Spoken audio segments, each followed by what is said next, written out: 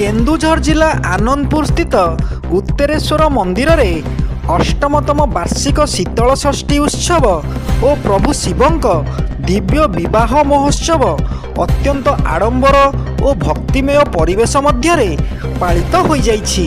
एही अवसर रे मंदिर परिसर आलोकमाला और फूलरे सुसज्जित होइथिबा बेले हजार हजार श्रद्धालु और भक्त मानक भिड़ जमिथिबा देखिबाको मिलिथिला।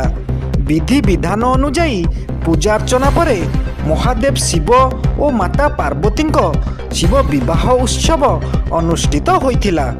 वाद्य संकीर्तन और हरिबोल ध्वनि रे समग्र अंचल प्रकंपित होई उठिथिला। भक्त माने प्रभु शिव और माता पार्वती दर्शन करी आशीर्वाद लाभ करथिले। संध्यारे शोभायात्रा और विवाह रीतिनीति देखिबा पई बहु दूर दूरंतारू लोक माने आसीथिबार देखिबाको मिलिथिला। उत्सव को सफल करिबा पई उत्तरेश्वर मंदिर परिचालना कमिटी और स्थानीय अंचलवासी सहयोग उल्लेखनीय रहिथिला। धर्मीय परंपरा भक्ति और सामाजिक संप्रतिर वार्ता देई उत्तरेश्वर मंदिरर अष्टमतम शीतल षष्ठी उत्सव और शिव विवाह महोत्सव शांतिपूर्ण भावे समाप्त होइछि। आनंदपुररू दिव्यरंजन जेनांक रिपोर्ट G9 ओडिया।